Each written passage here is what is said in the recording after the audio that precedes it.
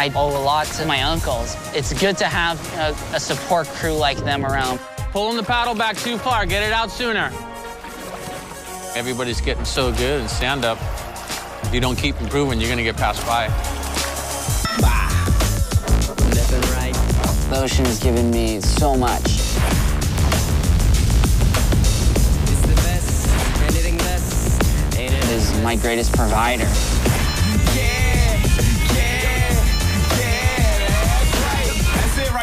I can't imagine my life without the ocean. I would go absolutely nuts.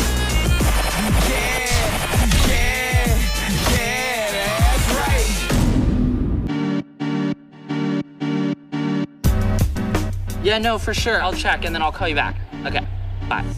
Yeah, so that was Dave Kalama, and I think we're gonna go paddle training down at the harbor.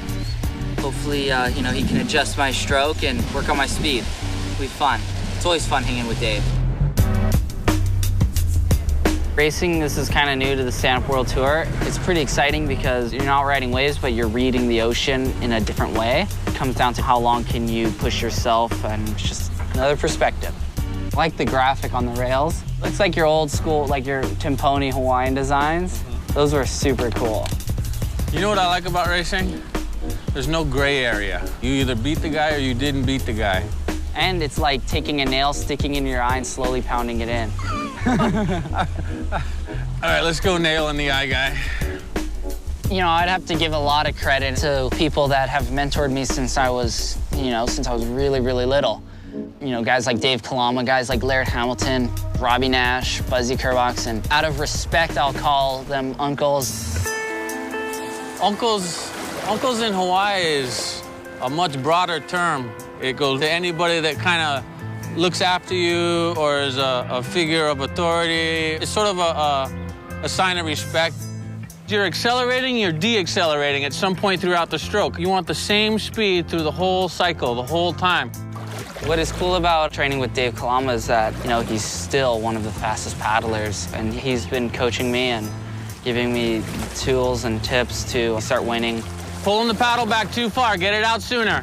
If it comes out slightly behind your feet, that's not the end of the world, but I don't want to see you still pulling as it goes past your feet. He's paddling really well. So just trying to refine his stroke, trying to get it super efficient. Get off your board for a second. Just those fine little details, but over the distance of 15, whatever, a few miles, they can make a big difference. Okay, don't hit the sticks. Don't hit the sticks! Take care of all your business up front and then get out before you get to the stick. Just keep improving, that's the name of the game. Everybody's getting so good in stand-up. If you don't keep improving, you're gonna get passed by. That was good, that was really good. There was a noticeable difference in that last run right there. Let's head back to the ranch.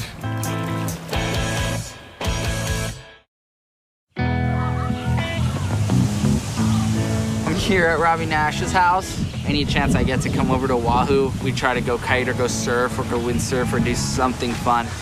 This is an inflatable kiteboard, surf style.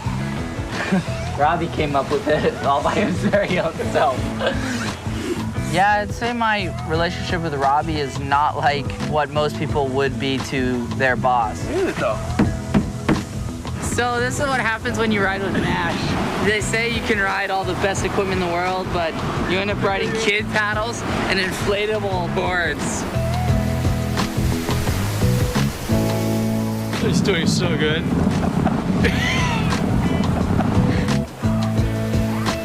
We've got an interesting relationship, almost family at the same time, like uncle, but as he's grown, our relationship has grown too. More than anything, Robbie's given me more like advice for life. I'm talking to him a lot about finances, sponsorships, making the right decisions, thinking long term.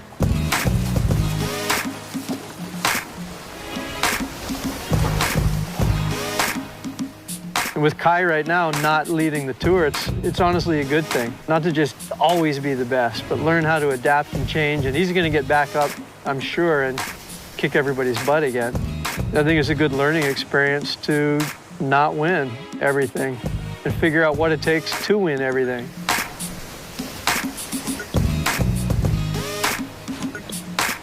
Uncles are there to school you.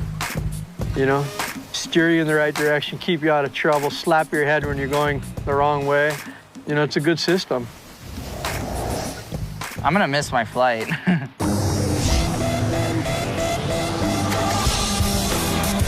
Well, we are here in Chicago for the Stand Up World Series. This has been an amazing event so far. We've had some really, really fun racing, a lot of sprint work and the long distance. It was super cool to go to a place like Chicago. I never really raced in a big city like that before. It just had a different vibe. We're here at the beach, ready to do some racing, hopefully. It must have been like 95 degrees and no wind. Short sprint races usually aren't my forte. I was going against Connor Baxter, who is one of the fastest, if not the fastest paddler in the world right now.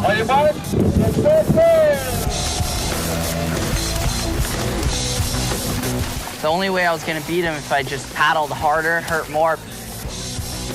It was a very big accomplishment when I got ahead of him. I just gotta maintain that as long as I can. Kind of saved myself. I knew it was going to be a sprint from the last buoy in, and saved it for that, and caught up to Kai, and jumped off first, and that's what did it. The best races I've ever done were the ones where I had a result I did not expect. Now this extra little bit of momentum really motivates me for the next race. A huge rain cloud came in, and it was kind of a trip. I don't think I've ever seen wind pick up that quick in my entire life. So basically that storm came through and blew everything apart. We got about 40 minutes till the next start. So hopefully we can all get this thing up and running again. After that, we had the long distance race. Starting right in front of the event site and going around this point and basically going right in front of the skyline. And that will add up to about 5 miles. Challenges in that race was just maintaining pace. Gotta just dig deep in somewhere that you've never been before and let the hounds loose. This is my place to be. Tell my twister, come.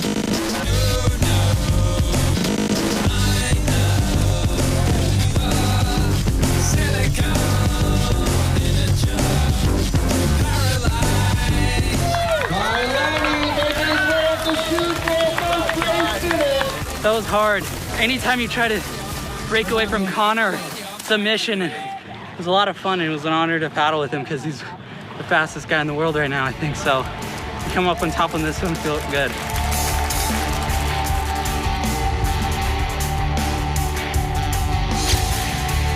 However good you are surfing, you can only go so far by yourself.